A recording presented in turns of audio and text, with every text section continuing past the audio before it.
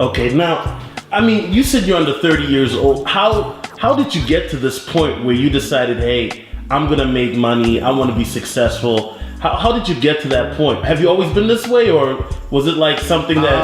I would say, yeah. So pretty much when I was a kid, I basically discovered I was a hustler from day one. Right. I have to go back to 4th grade. Right, in the 4th grade, I kind of figured out I had this knack or this gift for finding out systems Right. and finding out how to hack them. Right, like how to find a cheat code, right? Right. So I was able to hack different systems. I recall back in 4th grade, we had this whole thing where every time the teacher would ask a question and you answered the question, right, by raising your hand, he would basically give you fake money, right? Monopoly money, right? Then during the end of the quarter, we had this huge auction, and you would basically use up all that money that you earned, right? Right. To buy different items, right? We had toys, gifts, candy, whatever, right? Stuff that 4th graders love. Right. Right, but I kind of figured out this hustle, right?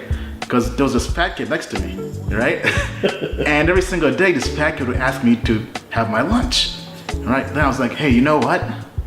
What if you give me your Monopoly money and I give you my lunch, right? Right. So every single day I was stacking up paper, right? Right. Like on the low, right? Right. Then when the auction came, right? I basically You had a dominated bag. everything. Yeah. But pretty much it was me and the fat kid bought up 80% of the stuff, right? But I was pretty surprised because I'm like, I took all this fat kid's money. Right. How come he was able to keep up with me during the auction, right? That's when I also learned the first rule of the game, right? Right. There's always somebody else who's playing something more advanced. So it turns out the fat kid was actually photocopying the money. So he's basically photocopying the money, right? And giving me fake money. But he was smart too, right? Because he also learned, right? Right. That the teacher was photocopying the same money as well.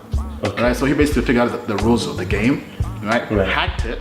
Right? I mean, so there were basically two people in the game, right? I was the first player hacking the game this way, and he was the second player hacking the game this other way. Right. And we both came up, right? Right. But they're totally two different angles. Right? But he came up on you. Yeah, he came up on me, I came up on him, right? Wow. Okay. Okay. Ever since then, so it came to a point where the teacher had to basically outlaw like our hustle. Right? He was like, nobody can trade money or do anything with money like that, right? Right. So they basically made rules just for us, based on what we were doing. And ever since then, I'm like, you know what? I'm pretty good at this stuff, right? So you guys must have been abusing the system, clearly. I Oh, mean. for sure, for sure.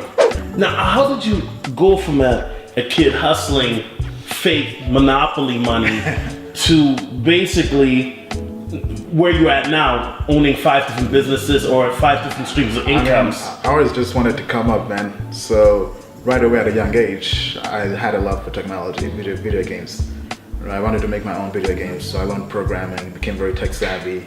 I had to kind of develop that hacker mentality, right? From taking stuff apart, building computers, breaking them apart, coding, making my own software and games, right?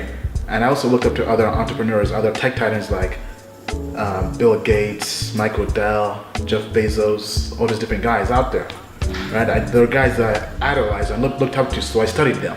Right? I figured out how they came up, what path they took, and decided to follow that same path. Right, so based off of that, I went down the path of majoring in computer engineering for both undergrad and graduate school based on that, because they also they're competent with their computers. Right, so that was something I had to do as well.